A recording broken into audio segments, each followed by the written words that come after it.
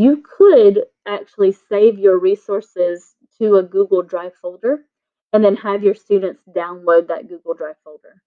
So what that means is if I wanted to record a video of me teaching decomposing numbers, or maybe I've gone to Discovery Ed and I found a really good video. So let's see, Discovery Education. Make sure you preview it because that's always important. But if you know that it's good, and if it's in Discovery Ed, it should be good. You can click on it, click on the three dots, and you can download. Now again, if you do this, do low because the Chromebooks only have 16 gigabytes. And so I'm going to call this Desert Video.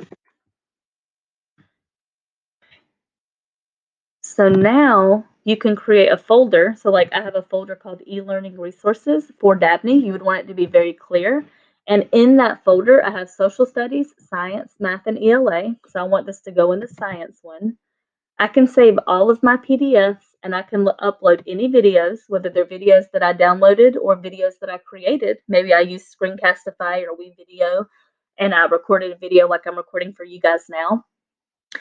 It is taking Google a little bit longer to upload those videos and process those videos because so many people are using video and sending it out remotely. So now that I have everything, all of my resources here, all right, so I'm going to go down to my science and I'm going to say, let's see, enter. All right, so I'm going to say watch video about desert life and respond to the prompt. Now again, I'm not happy with the way this is formatted, but I just want you to see how I would do this.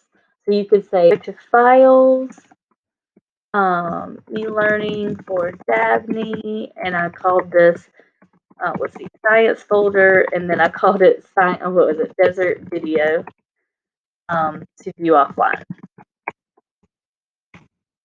Okay, so now I have this down here. I can't link to it. Kids would have to do that from their Chromebook, from where they've downloaded your resources. But if I do, let's see, I do want students to be able to go straight to this. So I'm going to click the share button and I'm going to copy this link.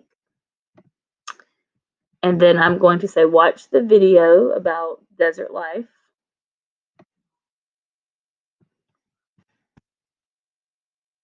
If it's a YouTube video, you could even put it right in here. And I will say YouTube videos, it's illegal to download those. So I would be careful about using YouTube videos. But if it's something you created or something from a source that allows you to download, then this is how you might do this. You could say read the article. Okay, so go to files, whatever, and then read the article. I put a lot of different things in here just so you could see. But like, so for social studies, I think I have PDFs. Oh no, I have a video that I made using Screencastify.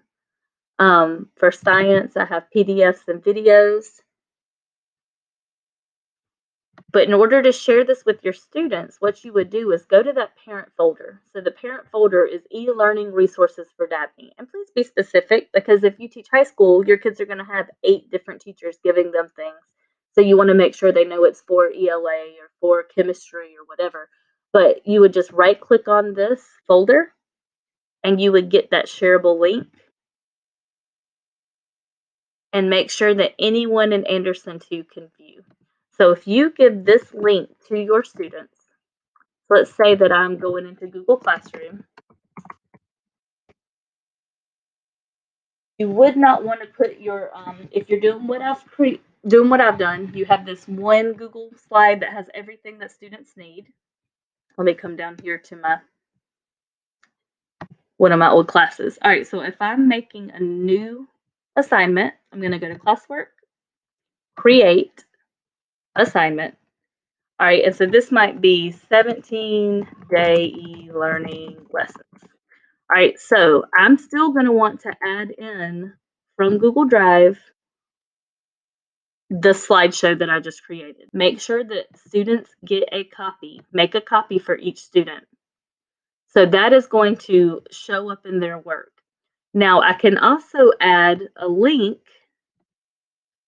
to my resources. Okay, so remember that I just came here and I right-clicked and I said get shareable link, and I copied that link. All right.